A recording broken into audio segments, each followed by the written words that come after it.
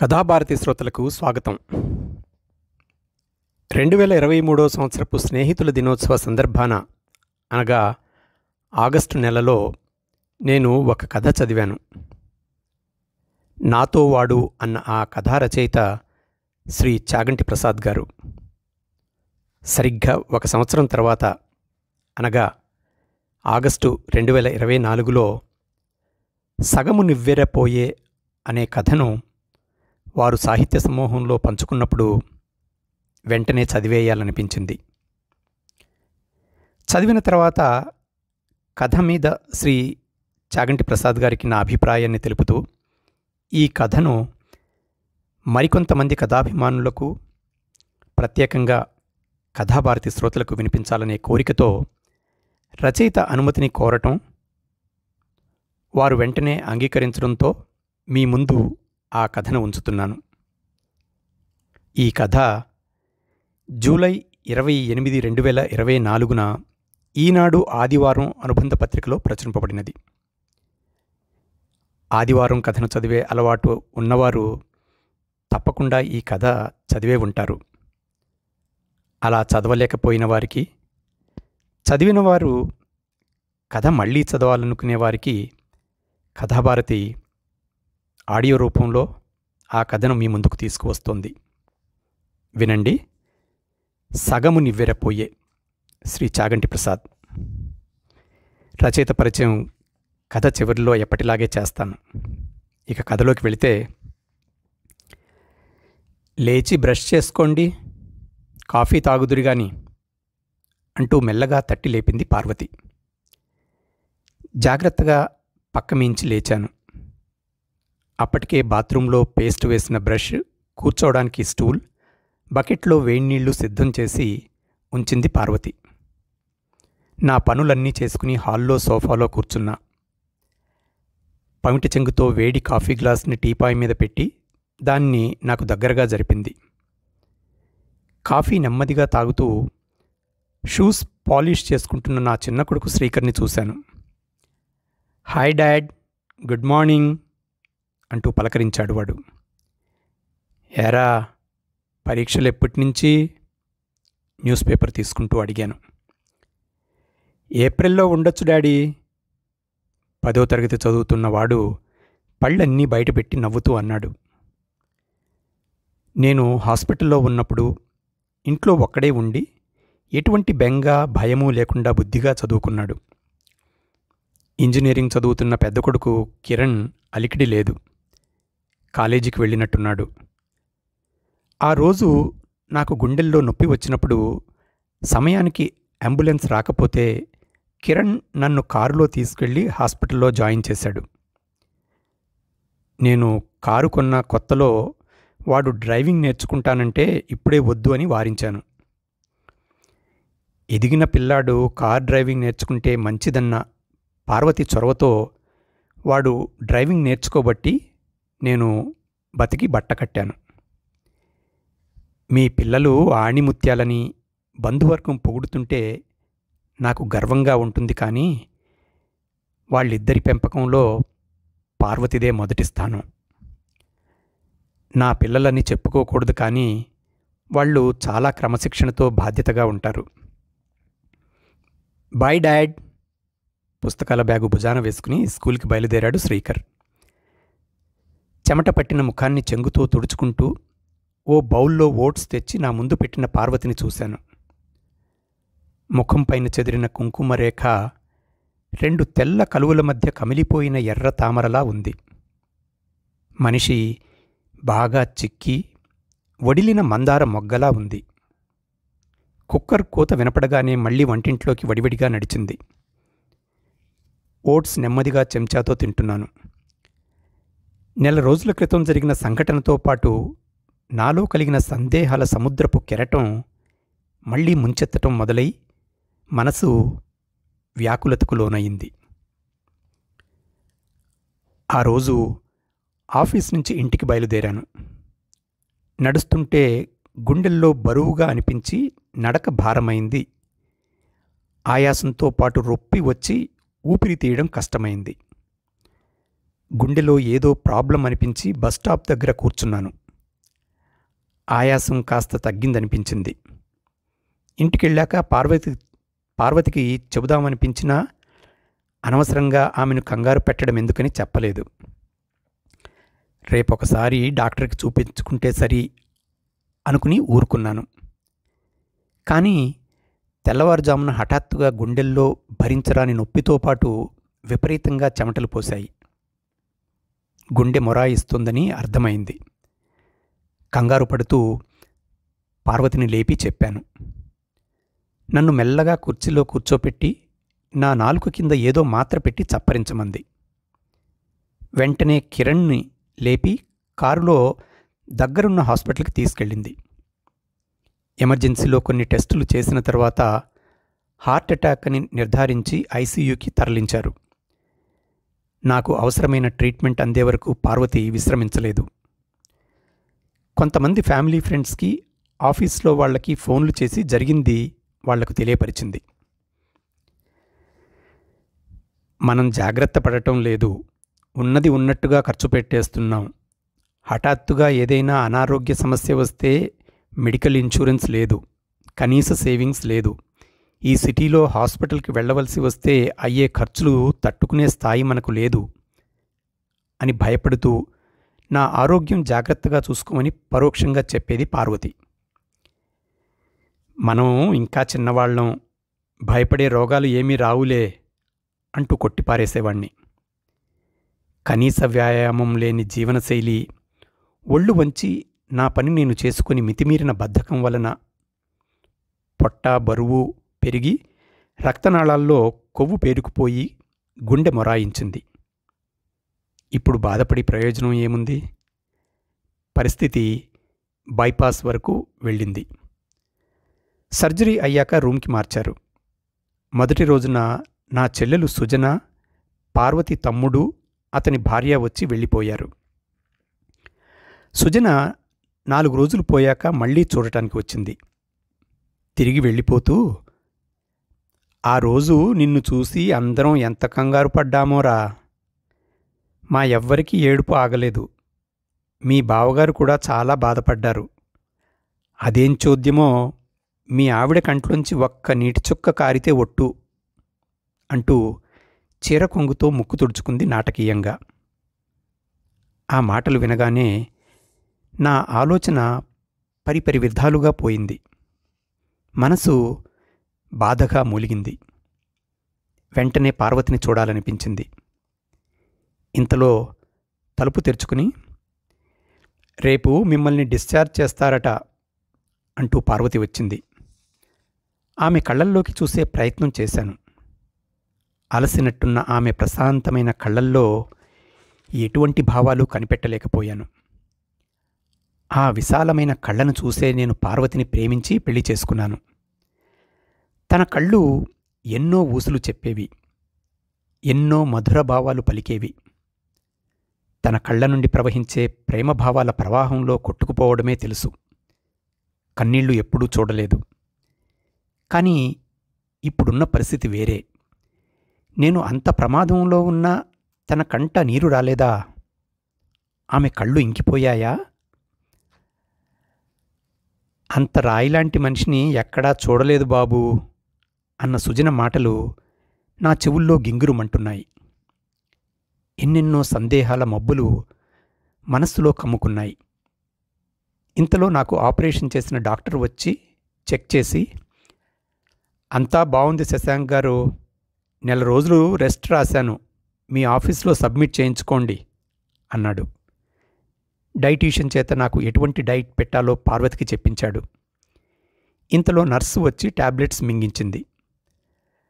సందేహాలతో అలసిపోయిన మనస్సు నిద్రలోకి జారుకుంది. కిరణ్, పార్వతి ఏం పాట్లు పడ్డారో నాకు తెలియనీయకుండా డిశ్చార్జ్ బిల్ చెల్లించి మర్నాడు ఇంటికి తీసుకొచ్చారు. వాళ్ళు హాస్పిటల్ బిల్ ఎలా చెల్లించారో అని నేను అడగలేకపోయాను.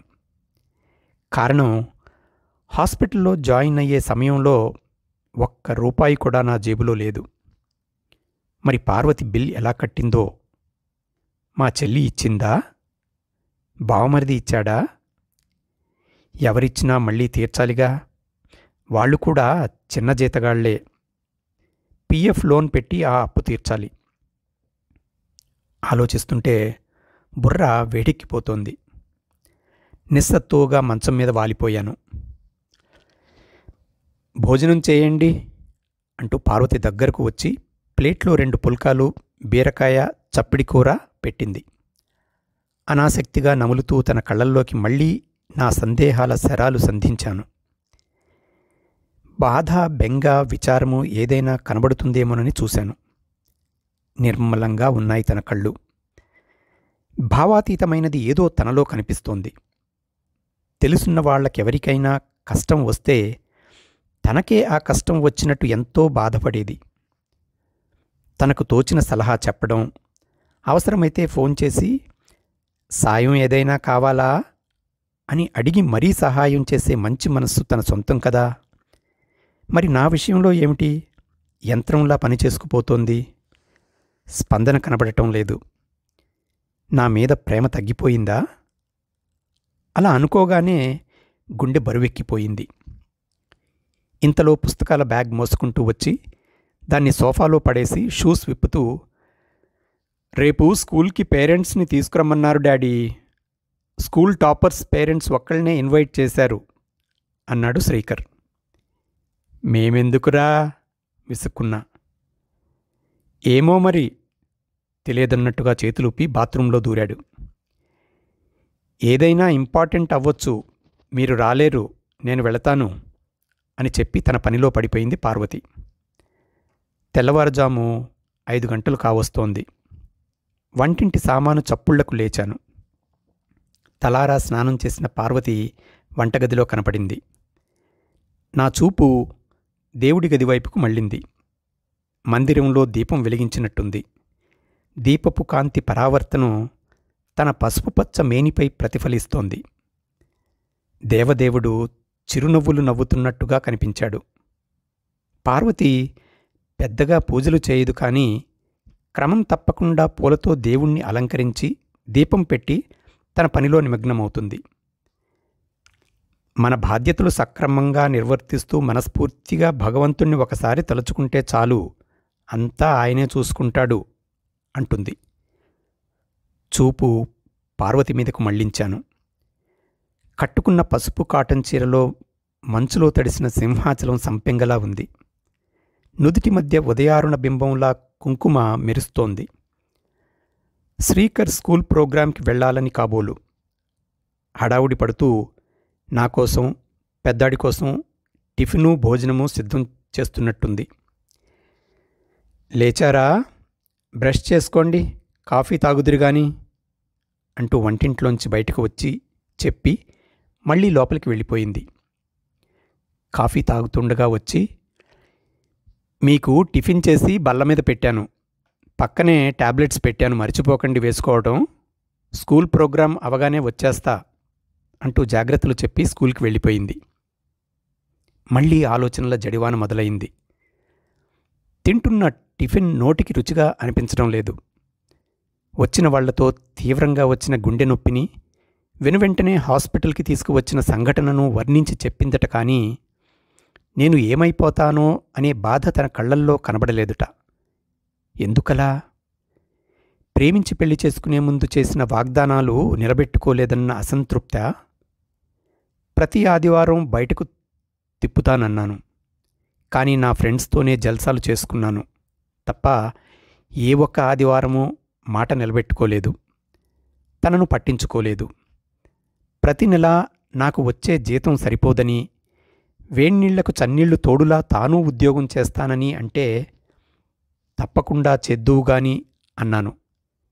కానీ పెళ్లికి ముందు చేసిన వాగ్దానానికి తర్వాత నీళ్లు వదిలేశాను. ఎందుకు? పార్వతికి ఆర్థిక స్వతంత్రం పెరిగితే తన మాట వినదని, తన పురుషాధిక్యత తగ్గిపోతుందనే భయంతోనేగా. అప్పటికి చాలాసార్లు చెప్పి చూసింది కూడా. ఏదో వంక పెట్టి ఆమె ఆలోచనను మొగ్గలోనే తుంచేశాను. అందుకే పార్వతికి నా మీద ప్రేమ పోయిందా? ఇంతకాలం నేను బాధ్యతారహితంగా ప్రవర్తించానా? అదే తన గుండెను బండరాయిగా మార్చిందా? కేవలం పిల్లల కోసమే నాతో కలిసి ఉంటుందా? తన దృష్టిలో నేను ఉన్నా పోయినా ఒకటేనా? తల బద్దలైపోతోంది. కాస్త కాఫీ తాగితే తగ్గుతుందని లేచి కిచెన్లోకి వెళ్ళి కలుపుకుందామనుకున్నాను. స్టవ్ పక్కన ఫ్లాస్క్ కనబడింది. ఓహో, నా కోసం కాఫీ కూడా పెట్టి ఉంచిందా? వేడివేడి కాఫీ కప్పులో పోసుకున్నాను. ఒక్కసారిగా నా కళ్ళు చిప్పిల్లాయి. నాకు ఎప్పుడు ఏం కావాలో అనుక్షణం గమనించుకునే పార్వతిలో ఉన్నది కేవలం బాధ్యత మాత్రమేనా? ప్రేమ కాదా? బయట వాన మొదలైంది. ఇంతలో కాలింగ్ బెల్ మోగింది. పార్వతి తడిసిన చీరతో లోపలికి వచ్చింది.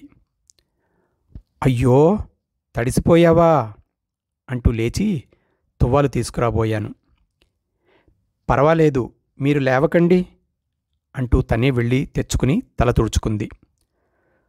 స్కూల్ వాళ్ళు ఎందుకు రమ్మన్నారు అడిగాను.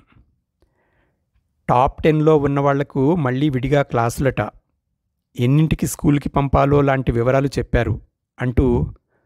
అయ్యో, బాల్కనీలో బట్టలన్నీ తడిసిపోయాయే అంటూ వాటిని తీసుకువచ్చి హాల్లో ఆరబెట్టింది. హాస్పిటల్ నుంచి ఫోన్ వచ్చింది. రేపటి నుంచి మీ చేత చిన్న చిన్న ఎక్సర్సైజెస్ చేయించాలిట. హాస్పిటల్లోనే ఒక రీహాబిలిటేషన్ వింగ్ ఉందట, అక్కడకు తీసుకురమ్మన్నారు.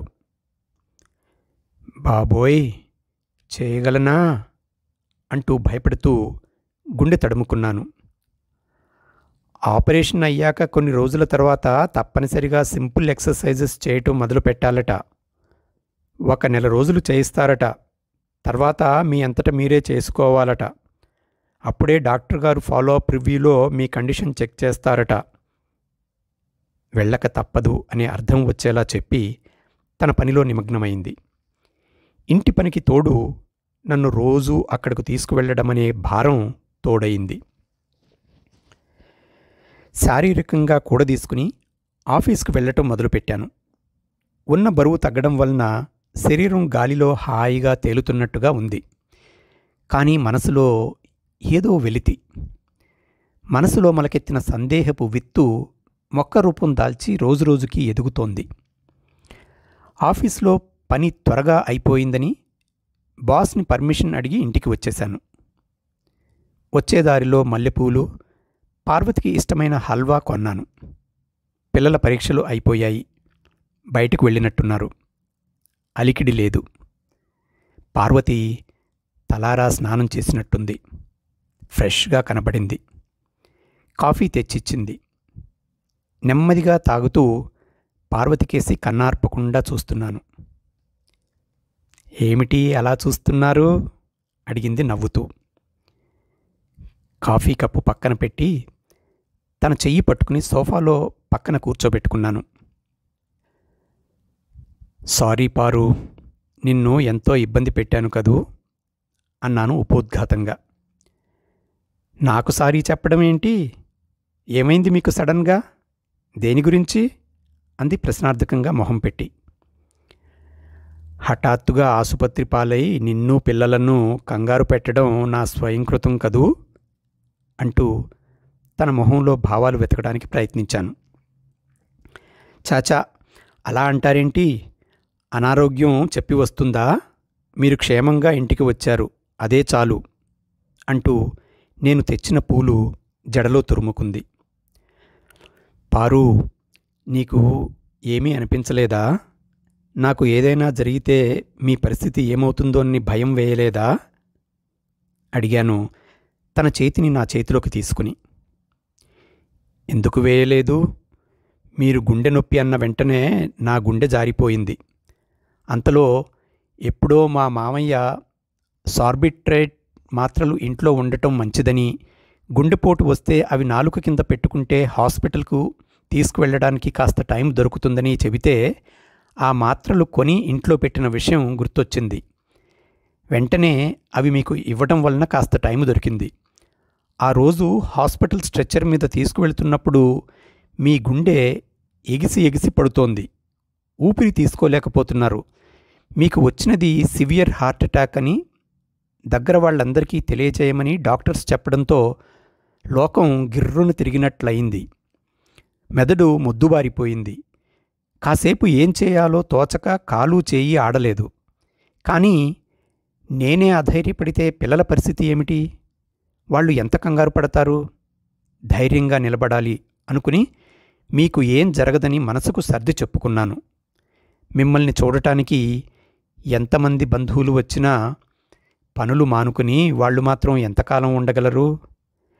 నేను ఏడుస్తూ కూర్చుంటే మాటలతో ఓదారుస్తారు, కానీ ఎవరు మాత్రం ఏం సాయం చేయగలరు? అందుకే కంటి నుండి ఒక్క నీటి చుక్క కూడా రాలనీయకుండా ఉగ్గబట్టుకుని నాకు నేనే ధైర్యం చెప్పుకున్నాను. ఒక పక్క అందరూ మీరు బతికే ఛాన్స్ సగం సగం అని మాట్లాడుకుంటుంటే భయంతో గుండె జారిపోతున్నా, ఏడుపు తన్నుకు వస్తున్నా మీరు క్షేమంగా ఉంటారు అని అని 1కి 10 సార్లు చెప్పుకొని గుండెను రాయి చేసుకున్నాను. మీకు ఏమైనా జరుగుతుంది అన్న ఊహే నేను భరించలేనండి. అసలా ఆలోచనే దగ్గరకు రానియలేదు అంటూ నన్ను గాఢంగా కౌగిలించుకుని బావురుమంది. ఎన్నో రోజులుగా పార్వతి తన గుండెల్లో దాచుకున్న దుఃఖం కన్నీళ్ల గంగా ప్రవాహం అవుతోంది. నేను ప్రేమించిన కొన్నేళ్లుగా అహరహము నేనెరిగిన పార్వతే, కొన్నాళ్లుగా నన్ను మనస్తాపానికి గురిచేసిన పార్వతే నాకు ఇప్పుడు కొత్తగా కనిపిస్తోంది. ఏమైపోయింది నా బుద్ధి? ఎంత నెగటివ్గా ఆలోచించాను తన గురించి. ఏడిస్తే ప్రేమ ఉన్నట్టు, ధైర్యంగా నిలబడితే ప్రేమ లేనట్టా? ఇదేనా నా తెలివి సంస్కారం? అపరాధ భావన, పశ్చాత్తాపం కలగలిపి నా మనసులోని చెత్తను కడిగేస్తుంటే కన్నీళ్లతో పార్వతిని చూస్తుండిపోయాను. అదండి ఈనాటి కథ. శ్రీ చాగంటి ప్రసాద్ గారి సగము నివ్వెరపోయే. ఇక రచయిత పరిచయానికి వస్తే, చాగంటి ప్రసాద్ గారు పుట్టింది కోనసీమలోని అమరాపురం కొబ్బరి చెట్ల నీడలో. కామర్స్లో పోస్ట్ గ్రాడ్యుయేషన్ చదివి భారతీయ స్టేట్ బ్యాంక్లో చీఫ్ మేనేజర్గా పనిచేసి జూలై 2022న పదవీ విరమణ పొందారు. చాప్రాగా ప్రసిద్ధులైన శ్రీ చాగంటి ప్రసాద్ గారు 2015 నుండి వాట్సాప్, ఫేస్బుక్లో తన రచనలు మొదలుపెట్టి 30 కథలతో కోనసీమ కథలు ద్వితీయ ముద్రణ త్వరలో రాబోతోంది. అలాగే కొన్ని జ్ఞాపకాలు, స్కెచెస్తో కలగలిపిన ఆపాత మధురాలు 2 సంపుటాలుగా 2017లో సాహితీ ప్రచురణల వారు ప్రచురించారు. తదనంతరం సాక్షి, స్వాతి, ఆంధ్రజ్యోతి, జాగృతి, కథామంజరి, సహరి, కథాకేళి, బాలభారతం, సుమతి, సాహిత్య ప్రస్థానం, ప్రజాశక్తి, వెలుగు దర్వాజా, ఐక్య ఉపాధ్యాయ, తెలుగు కెనడా పత్రిక, మా తెలుగు లండన్ పత్రికలలో 69 కథలు ప్రచురింపబడ్డాయి. చాలా పోటీలలో బహుమతులు వచ్చాయి. అలాగే భారతీయ సనాతన ధర్మం మీద మక్కువతో ఆధ్యాత్మిక భక్తి సుమాలను పరమశివునికి అర్పిస్తూ రాసిన శివార్పణం భావస్ఫురక రచనలు, బ్రహ్మశ్రీ సామవేదం షణ్ముఖ శర్మ గారి గురువాక్యం ముందు మాటగా రాసివ్వగా కళాతపస్వి, ప్రముఖ దర్శకులు శ్రీ కె విశ్వనాథ్ గారి అమృత హస్తాల మీదుగా జూలై 2022లో ఆవిష్కరింపబడింది. ఆ సంఘటన తన రచనా జీవితంలో గొప్ప అదృష్టంగా భావిస్తారు చాప్రా గారు. 2024 మేలో 21 కథల సంపుటి పరిష్వంగం సాహితీ ప్రచురణల ద్వారా విడుదలై చక్కటి ప్రజాదరణ పొందుతోంది. ఈయనకు అత్యంత ప్రీతిపాత్రులైన బాపు ముళ్లపూడి వారి మీద రాసిన బాపు గీతాసారం, సాక్షిలో నీ జ్ఞాపకాలు వదలవు ఈనాడు వ్యాసాలు, మా ఊరు అమలాపురం, శ్రీరాముని మీద రాసిన తరతరాల స్ఫూర్తి ప్రదాత అనే వ్యాసాలు అత్యంత ప్రజాదరణ పొందాయి. ఫిబ్రవరి 26, 2023న ఆంధ్రజ్యోతిలో ప్రచురించిన ఎడారి నావ కథ చదివిన సహస్రావధాని, పద్మశ్రీ గ్రహీత బ్రహ్మశ్రీ గరికపాటి నరసింహశాస్త్రి గారు ఫోన్లో మాట్లాడి చాలా బాగా రాశారని చెప్పి ప్రశంసించడం ఈయనకు దొరికిన అత్యంత ఆనందకరమైన అదృష్టంగా భావిస్తారు. లిపి.గేమ్లో తెలుగు పదాలు, సామెతలు, మరింత ముఖ్యంగా కవిత్రయం తెలుగుకరించిన మహాభారతం 18 పర్వాలలో ప్రశ్న, సమాధానం, వివరణలను అన్ని వయసుల వారికి అర్థం అయ్యే రీతిలో సులభమైన తెలుగులో అందివ్వటంలో సంధానకర్తగా వ్యవహరిస్తున్నారు శ్రీ చాగంటి ప్రసాద్ గారు. ఈ కథను ఆడియోగా చేయననుమతించిన శ్రీ చాగంటి ప్రసాద్ గారికి కృతజ్ఞతలు తెలుపుకుంటూ కథాభారతి శ్రోతల తరపున వారికి ప్రత్యేక శుభాభినందనలు. వచ్చే కథలో మళ్ళీ కలుద్దాం. అంతవరకు సెలవు. సర్వే జనా సుఖినో భవంతు.